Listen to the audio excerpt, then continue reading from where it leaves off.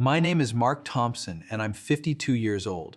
If you had asked anyone who knew me a year ago to describe me, they'd probably say something like, quiet man, a hard worker, a good father. But no one would have used the word seen, because for most of my life I lived like background noise, always there, always useful, never noticed, especially not by the person I loved most in this world, my daughter Lily. Her mother passed when she was 8.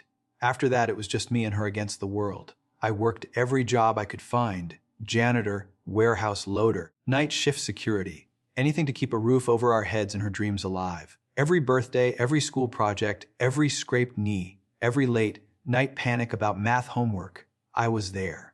And I thought that meant something. I thought love bought loyalty, appreciation, respect. Turns out I was wrong. Teenage HTE Variety Chan Jididi. The breaking point came the night of her college graduation dinner, a celebration I paid for with 3 months of overtime. She looked beautiful in her navy dress, confident, successful, surrounded by classmates whose parents were lawyers and executives.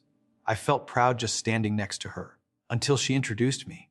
"This is my dad," she said quickly. "He works, maintenance, as if my life's work was an inconvenience. Her friends gave that polite, distant smile people use when they're being kind to someone beneath them. I tried to brush it off. I told myself, Mark, don't ruin this for her. But later, everything shattered. I stepped out to take a call and returned just as she was talking to her boyfriend. I froze when I heard my name. He said, "Your dad seems like a good guy." She sighed, annoyed. "Yeah, but he's pathetic. If he vanished tomorrow, nobody would even care." I felt every word like it was a hammer to the chest. My throat closed. My vision blurred. I didn't wait to hear more. I walked out.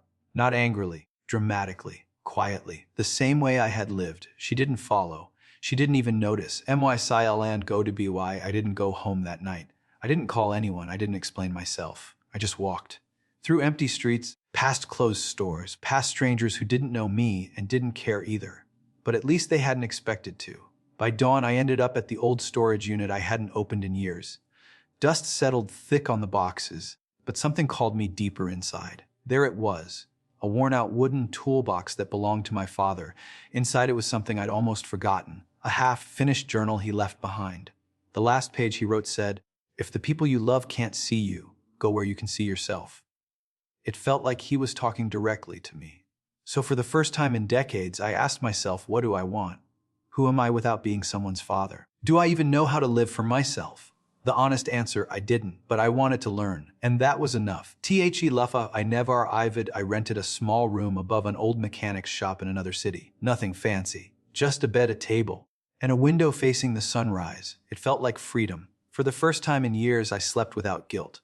I bought a cheap camera and started filming my day, fixing bikes, cooking simple meals, walking by the river. I talked about life, about being invisible, about losing and rebuilding. I started uploading those videos online anonymously. To my shock, people watched, commented, shared. They said things like, "This feels like my dad's story. Your voice is comforting. Please keep posting. You made me feel less alone." People I had never met cared more about my voice than the person I raised. My quiet little videos grew.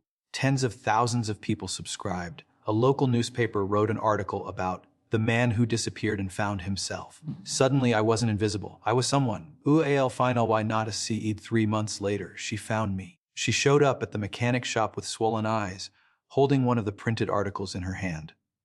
"Dad, I didn't know you left because of me," she whispered. I didn't say anything. I let her talk. I didn't mean what I said. I was trying to impress people who don't even matter. "I thought you'd always be there no matter what. I'm sorry. I'm so sorry." I looked at her, really looked. For the first time, she wasn't speaking to me like her father. She was speaking to me like a person, a flawed person, one who finally understood the weight of her words. I said softly, "You hurt me, Lily, more than anyone ever has, but I'm not disappearing, not anymore. I'm living for myself now."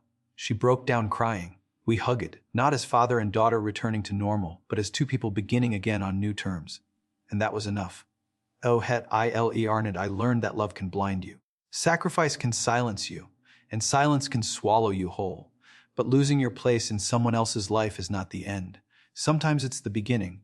If someone tells you that you wouldn't be missed, don't vanish. Walk toward the life that's waiting for you. Walk toward the version of yourself who deserves to be seen, heard, loved, valued.